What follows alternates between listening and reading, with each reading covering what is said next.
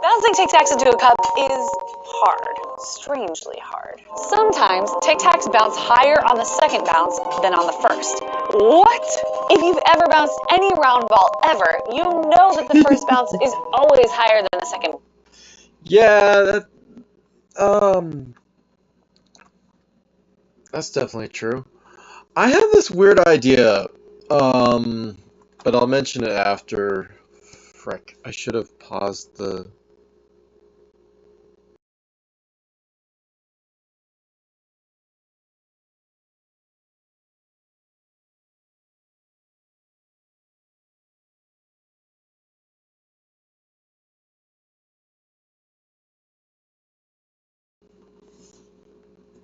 If you've ever bounced any round ball ever, you know that the first bounce is always higher than the second bounce. We have to follow the energy. The amount of energy we start out with when you drop a ball is our potential energy, and then as the ball falls, it loses its potential energy and gains kinetic energy, and energy is always conserved. So then why doesn't the ball come back up to the same height? Some energy went into heat when it hit the table, so you'll never get higher than the original height when you drop a ball. And same with the tick. Well, there's another thing about this weird kind of ball that it's not exactly using a normal bounce. It's using like the force of it hitting the ground to then activate like a motion captured press like spring release, which imparts a way more amount of force so that it bounces way harder than any amount of force that you applied, regardless of how high you dropped it. The sort of like if it's like little bit or a lot, like a certain amount, I guess. But then it's like boom, it rockets itself up. It's because the internal energy is all there, and that's also neat.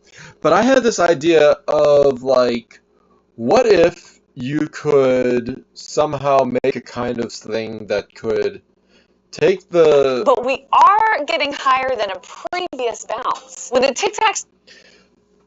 What if you could take the force that's applied on one side of whatever object you're tossing, and then when it smacks, it sends a ripple through itself upwards? If that ripple could somehow hit the ground, be the thing that hits the ground, it would impart more force on the way down, right? So one way to do this is to like have a ball or something that has, if the ripple goes up and down, then that's easy. You just have to bounce a certain amount of height or a certain amount of force, and then based on the ripple moving through the ball, the next it will hit the ground pushing with that same force. But it's like that kind of thing happens like mostly in really small stuff, bouncing at a high frequency, which is crazy because it's like those little beads that you drop them on the table and they like really fast. But like the other idea is like if you could have it so that it's spinning, so that the ripple, once it goes up through the ball, actually the ripple, once it lands, the ball will be oriented so that that up is now down and it hits with that same ripple force. For some reason I think that that kind of shock wave could be possible, but again, that's why it works so well on a low surface, because it's able to actually hit that surface in the time it takes for the ripple to travel.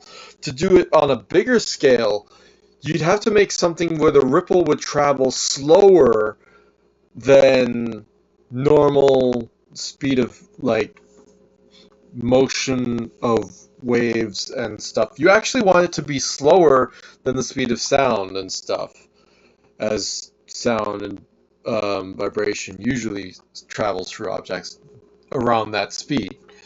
So you'd have to design a kind of structure or a kind of um, material that the ripple will travel slower through it and maintain its force once it gets to the other side, which is like the more resistant to rippling that it is, the less force you're actually going to experience at the other end because it traveled so far through that resistive material. Unless you can make it resistive, but then also able to transmit the ripple. I don't know. It's a weird idea. It's something I've thought of. It's not super practical because you'd also have to control your orientation midair, and who the hell is good enough to do that? And also, another idea I said in the comment was like, Starts spinning, some of its energy goes into rotational kinetic energy, so it can't go as high. There it is! When it stops rotating by bouncing again, that rotational energy is available again to allow the tic-tac to go higher. Mystery solved. Bouncing tic-tacs. So, the interesting thing is once it bounces the first time, it gains the rotational energy, and that's kind of what I was talking about with the force being transferred through the object. The momentum gained from rotating in that direction will then add a bit more push down once it lands. Because it's not just falling, it's not just falling, but it's also smacking at the same time. And that's the similar idea. The other idea of having the ripple go through would add like even more force, and I still think it's a novel idea. It's just a theoretical. It's not even easily practicable at all. There's no way to make an experiment that could possibly do this except for in a computer simulation, and then you'd have to figure out what kind of materials necessary to make these scenarios be possible, and then you can maybe figure out how high of a bounce you could possibly get out of a regular, not mechanical system. Or you could make a mechanical system. Like, what if there was a way to make a mechanical spring that when you bounce it on one side, it then releases, right? But then the same amount of extra push is available on the other side. And then when it could roll and bounce again on that other side so that the same switch is flipped. And it's like a bend that's like, it stores a bit of the energy, right? And then it releases it when it bounces. So it's like, it flips up, but then by flipping up, it also is stored energy in that direction now. And that only really works with like lightweight materials and a low amount of force. To make that kind of thing work with a high amount of force, it kind of doesn't. Because the flick, like, you can make it flick up and you can make it flick down, but it won't actually impart much force at that point. That's what I'm thinking. Because, like, you can have things with a spring or whatever else, but if you just make it so that when it lands on the one part, which then imparts the flick, so, like, somehow when the ball bounces and lands on its down face, and the thing flicks to impart an extra bit amount of either kick up or whatever. Some reason I feel like that should be possible to make reversible. And they've only done it one way because it takes so much pressure. I've seen them in action. It takes so much pressure to be able to push that thing down in the first place that there's no way you would be able to just do that easily reversibly. that I can think of. Um, like but there should be some kind of way to maybe do it. Because what if there's like, I don't know, if it hits the other side, then it pushes the thing. But it's like, nah, it would just. I like instead thinking about Stirling engines and how you probably could make more power out of than what you put in because of heat being able to be converted um, pretty effectively into electrical energy just by having the extra heat and then that rotational energy being put into the light bulb and then like the rotational energy being put into the generator powers the light bulb heats up, and because it is already heated up, it is already imparting the amount of heat necessary to power the Stirling engine. So all it needs is that extra bit of power. And the thing is, if you make a Stirling complex engine, like, not just one freaking piston. Who makes one piston as an idea for full efficiency for whatever else? There's a reason why engines have multiple, like 8 pistons, and they're all pushing towards the same rotation because they're all helping each other.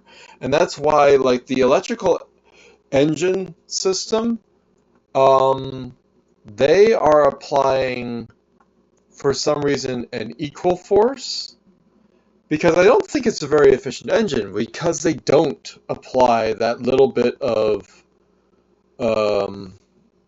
but the thing is, not only do you have to have it so that they are pistoning at different angles so that you all end up at different times and at different angles, so you end up with different amounts of force, and there's a constant amount of force no matter what. Like, you don't, like, the difference between one force versus another force is always going to be there is some there, and that's what you want. You want a constant stream of pressure pushing all at the same time. It's why the propellers with planes with a traditional piston engine for a plane had like so many pistons powering just one propeller.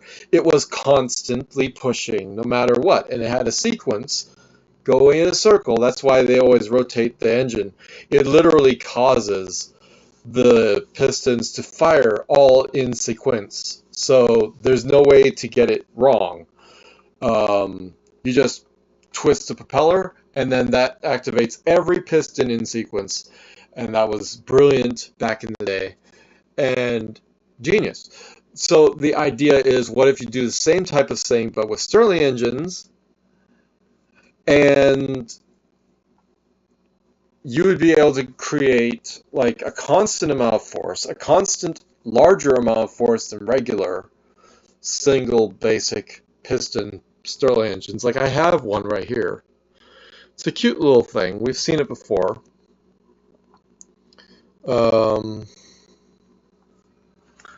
This adorable little Stirling engine can be powered by a lava lamp light bulb.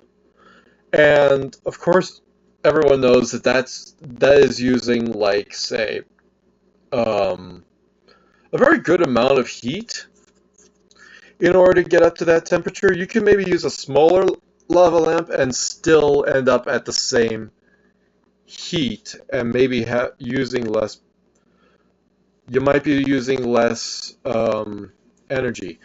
If there's a way to make a light bulb or a heating element, like using a light bulb as a heating element is not the best efficiency because a lot of the energy is wasted instead of as heat. It's being wasted as light. Normally light bulbs waste energy as heat because you want the light, but I want the heat. So you just need a freaking oven um, heating element, and it doesn't take as much. Once it gets up to full heat, with that transfer to the Stirling engines, like, there is a constant amount of heat there. You should be able to run the same coil under whatever amount of power that you can give it, and then it will be hot and it will stay hot. And depending on the amount of power that you put into it, it will be the exact amount of heat necessary to run the Stirling engines at their efficiency. If you do it well, you should be able to make Stirling engines that are big enough and powerful enough, capable enough to be able to feed themselves the amount of power necessary. Like, you either increase the amount of Stirling engines and increase the amount of heat, because heat per volume can also increase. So something like an oven can have so much more heat and use basically a similar amount of, like, they probably use way more power, of course, but like, they can use way more power. They can get that hot, and you can get up to way more heat than you need, but the general heat in the oven is still a certain amount. So then you have a toaster oven, and it can use less heat or less power to gain the same amount, or yeah, less power to make the same amount of heat.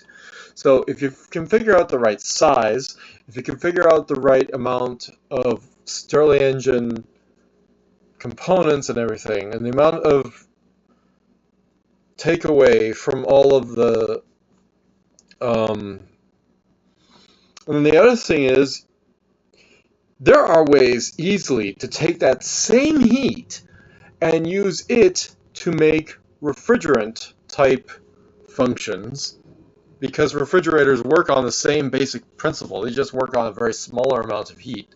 So the very small amount of electricity needed to make the cold on one side of the box, the outside, and the heat on the inside of the box, with resistive layers between, you should be able to make a convoluted system that has enough hot and cold pressure difference that it's able to not superheat, and it's able to not, like, make all the air around it be too warm and not too cold at the same time.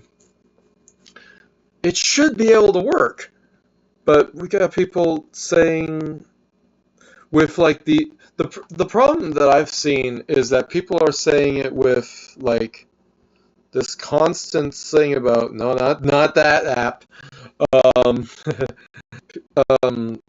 this constant amount of heat.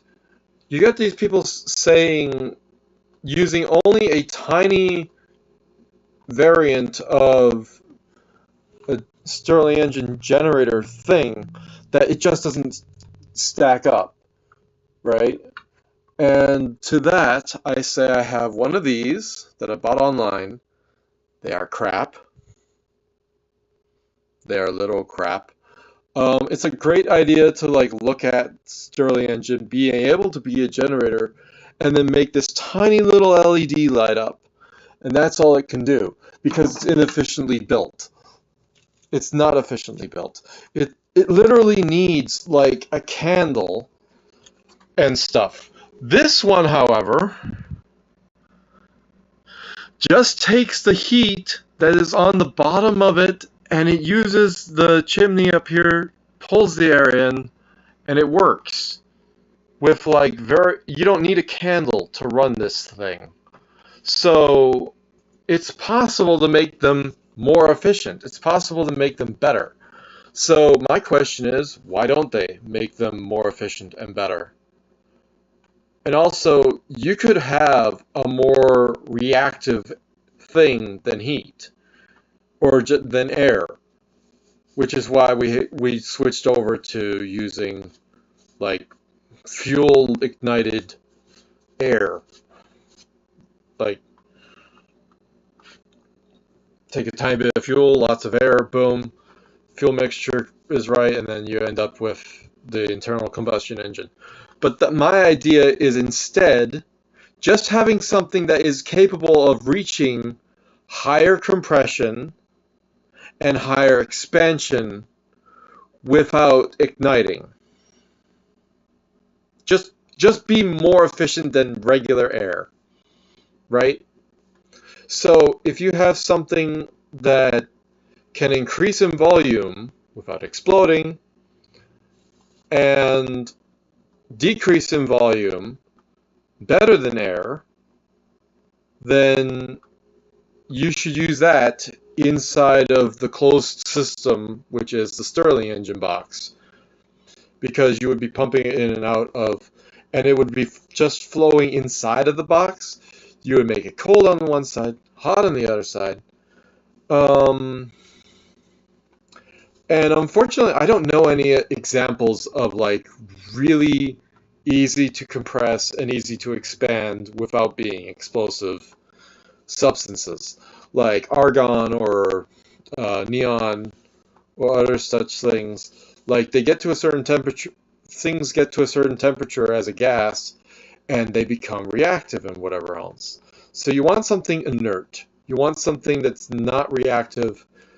You just want it to change, but you do want it to be able to get energy, get moving around, be able to get hot enough to make the pressure difference, and then when it becomes cold, be able to compress again. Not like ice, which apparently expands when it freezes, which is not what we want. So you don't want any water in there. Obviously, that's part of the design. And the problem is, I came very close to doing an experiment that would involve having a tiny heating element necessary to get up to this temperature necessary to power this Stirling engine. I bought that. I also bought a little bit of a power control system and a little bit of a power multimeter, so it can scan for how much power is being pushed through the system, so I know, and then also controlling how much heat is going into the system with the control system. So I have all those parts. The only thing I don't have is a good generator. Like I have generators. I have a crank generator, which is not very good. And I have, it's supposed to be good, it's not very good. Mostly because its crank is not the most smooth. I don't know why they think that it's efficient when it's really not. You realize you can make a Gauss system that has spiral type. You don't have to make it so that it's like the thing about multiple pistons. If you can have energy all pushing in different directions all at the same time, then the amount of force that you have, if it fires in sequence, you can have it be constant instead of ever having bumps. So a spiral generator would be better than the regular like offset with like there are 3 pieces here or 6 pieces here and the other 6 pieces are offset by 1 degree, and that's all it is. And it's like, it's not very efficient. It's not very great. I don't know. But I have this intuition that I feel genuinely that the amount of heat necessary to make, like if I could plug in just a basic stove coil, like I could just take it off my stove, or I could buy one, an old one or a new one, right? And just apply that with the right amount of voltage or heat regulating, and like voltage equaling heat you know what I mean. The thing that knows how much power to put in to make the heat stay at the right temperature. That thing, which I have one of those. Again, I do have that. But the only other thing I don't have is Stirling engines that are to my specifications. Because they would be able to go, this silly idea of having, like, either many Stirling engines all around the heating element, or also having, so it's very efficient. If you have a block heating element, you literally are using similar amounts of power to a disk, but instead of powering just 8, you could power, instead of powering 8 Stirling engines of this size, like being able to fit 8 of those, 4 on one side, 4 on the other side, you would have another 4 sides to work with, as cubes are different than coins. Because the coin has 2 sides and the cube has 6. So you could make a system like that. You can make a system with like whatever amount of heating that you want to do. And the other thing is heat. Since heat rises, you would think you'd be able to make a heat column so that the heat from below would be able to channel up and then also compress, and then that would go into affecting the next Stirling engine that are able to gain the heat off of that, but also like a few, just so basically a system with a few funnels so that all the heat can travel directly upwards to those things. I don't know. Like the thing with using the lava lamp, for example, is that it's right near, like the light bulb is like down there, so it's not it having to be very close to the light bulb, and it's still heating up enough. The only difference is the light bulb might be actually overheating it, giving way more heat than it needs, and therefore you might be able to tone it down if you have proper setup for it, and you might be able to use less electricity to make that thing work. I always think of like, what is the most effective way of having whatever system and make it very efficient and all that stuff. Because I think of these things. And this is what daylight looks like. It's very much brighter than the inside. You can tell that my face is way more lit up because I'm near a freaking window that's just shining light, not even directly at me. It's shining like over there towards my giant teddy bear, which is probably bleaching it. Poor teddy bear. But it's fine. I love the teddy bear. I bought it, but like people talk about the amount of light from here versus here, right? I think it's less light here than it is out here. And they talk about, oh, go outside, you'll experience less light than your screens. I disagree. I think I'm experiencing a lot of light just from my window, which is why I have blinds in my room. And I prefer blinds. And light sensitivity becomes less contrast, I guess. So it does change how much I'm able to do with it. The thing is, I don't have the ability to make a Stirling engine on my own, Like, I don't have a 3D printer. I don't have people who have 3D printers. I don't have people who are mechanics that I could talk to about making a Stirling engine that would be up to my specifications. Or my design, like, I would literally pump thousands of dollars into making a system that is self-sustaining. And that's the problem. It's only thousands. Because I'm poor. So I only have so much ability to do things like this. But I want to. But I did put in some money towards that. I'm just missing, like, the other, like, the other little generators that are like this one. That tiny thing up there.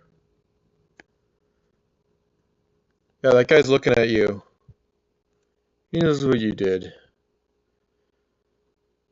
Cute guy, though. Also a cute little foxy thing.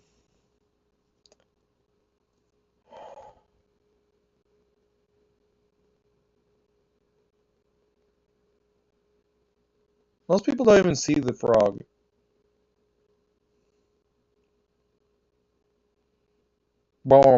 Frog!